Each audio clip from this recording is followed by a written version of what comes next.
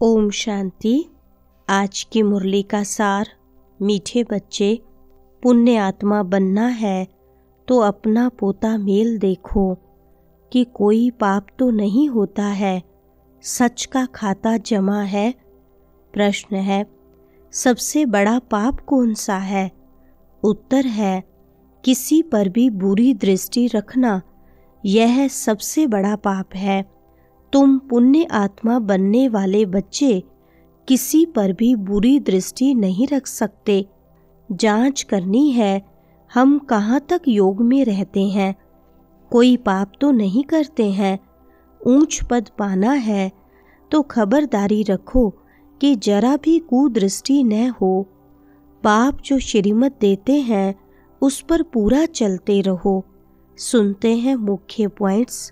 पहला है, रोजाना अपना पोता मेल देखो, कितने पाप और कितने पुण्य किए हैं, किसको रंज तो नहीं किया। अब बाप कहते हैं यह विकार की दृष्टि नहीं होनी चाहिए, नहीं तो तुमको बंदर कहना पड़े।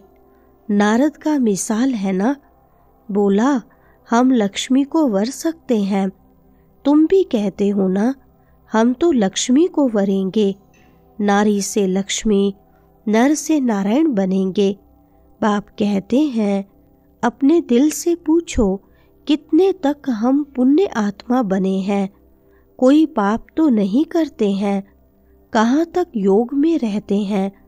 दूसरा पॉइंट, परमपिता परमात्मा ब्रह्मा में प्रवेश होकर हमको अविनाशी ज्ञान रत्नों का खजाना देते हैं। मनुष्यों के पास होता है विनाशी धन, वही दान करते हैं। वह तो है पत्थर, यह है ज्ञान के रत्न। ज्ञान सागर बाप के पास ही रत्न है। यह एक एक रत्न लाखों रुपयों का है। रत्नागर बाप से ज्ञान रत्न धारण कर और फिर इन रत्नों का दान करना है। जितना जो लेवे और देवे उतना ऊंच पद पाए। तीसरा पॉइंट, माया के तूफान तो भल आए परंतु कर्म इंद्रियों से कोई विकर्म नहीं करना है। कोई तरफ कुदृष्टि जाए तो उसके आगे खड़ा भी नहीं होना चाहिए, एकदम चला जाना चाहिए। अगर ऊंच पद पाना है तो बहुत खबरदार रहना है। चौथा पॉइंट, बहस तो सबके पास होने ही चाहिए। बोलो शिव बाबा हमको इस दादा द्वारा अविनाशी ज्ञान रत्नों का दान देते हैं। यह है स्पिरिचुअल नॉलेज। स्पिरिचुअल फादर सभी रूहों का बाप बैठ यह नॉलेज देते हैं। शिव भगवानुवाच, गीता में श्री कृष्ण भगवानुवाच रोंग है। ज्ञान सागर पतित पावन शिव को ही कहा जाता है। ज्ञान से ही सद्गति होती है। यह है अविनाशी ज्ञान रत्न। पांचवा पॉइंट, पढ़ाने वाला ज्ञान का सागर है, उनसे ही वर्षा मिलता है। यह ब्रह्मा भी पढ़ता है। यह ब्राह्मण से फिर देवता बनने वाला है। कितना सहज है समझाना। कोई भी कहाँ आते जाते हैं तो भी बैच साथ में होना चाहिए। इस बैच के साथ फिर एक छोटा पर्चा भी होना चाहिए। उसमें लिखा हो कि भारत में बाप आकर फिर से आदि सनातन देवी देवता धर्म स्थापन करते हैं और सभी अनेक धर्म इस महाभारत लड़ाई द्वारा कल्प पहले मिसल ड्रामा प्लान अनुसार खलास हो जाएंगे। छठा पॉइंट, बाबा ने ऐसे बहुत मनुष्य देखे हैं जो रोज रात को सारे दिन का पोता मेल बैठ लिखते हैं। जांच करते हैं कोई खराब काम तो नहीं किया, सारा लिखते हैं।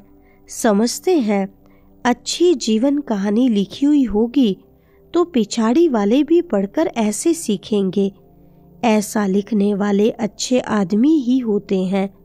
तुम अपना पोता मेल रोज देखो, फिर बाबा के पास भेज देना चाहिए तो उन्नति अच्छी होगी और डर भी रहेगा। सब क्लियर लिखना चाहिए। आज हमारी बुरी दृष्टि गई, यह हुआ। सातवां पॉइंट, जन्म जन्मांतर के पाप तुम्हारे सिर पर हैं। अभी तुमको याद के बल से पापों का बोझ उतारना है। इसलिए रोज देखना चाहिए हमने सारे दिन में किसी को दुख तो नहीं दिया, इससे पाप बन जाता है। बाप कहते हैं, बच्चे किसी को दुख मत दो, जो भी मिले सबको ये रास्ता बताना ही है।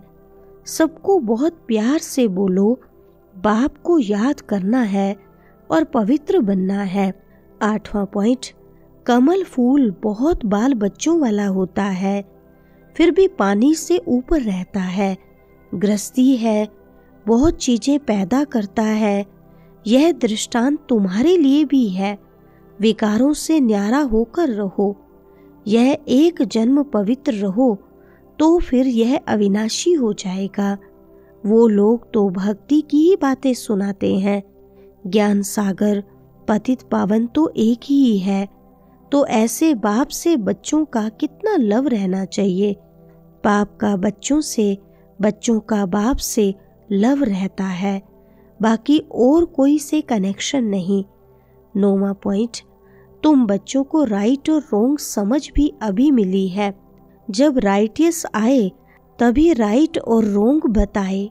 बाप कहते हैं, तुमने आधा कल्प यह भक्ति मार्ग के शास्त्र सुने हैं। अब मैं तुमको जो सुनाता हूँ यह राइट है या वह राइट है। वह कहते हैं ईश्वर सर्वव्यापी है। मैं कहता हूँ मैं तो तुम्हारा बाप हूँ। अब जज करो कौन राइट है। 10वां पॉइंट, भक्त लोग दान करते हैं विनाशी धन का। अभी तुमको दान करना है अविनाशी धन का, न कि विनाशी। अगर विनाशी धन है तो अलौकिक सेवा में लगाते जाओ। पतित को दान करने से पतित ही बन जाते हो। अभी तुम अपना धन दान करते हो तो इसका एवजा फिर 21 जन्मों के लिए नई दुनिया में मिलता है। 11वां पॉइंट, तीर्थों आदि पर मनुष्य जाते हैं, कितने धक्के खाते हैं। इसको कहा जाता है धर्म के धक्के, वास्तव में है अधर्म के धक्के। धर्म में तो धक्के खाने की दरकार नहीं है। तुम तो पढ़ाई पढ़ रहे हो। भक्ति मार्ग में मनुष्य क्या क्या करते रहते हैं। बच्चों ने गीत में भी सुना कि मुखड़ा देख। यह मुखड़ा तुम्हारे सिवाय तो कोई देख नहीं सकते हैं।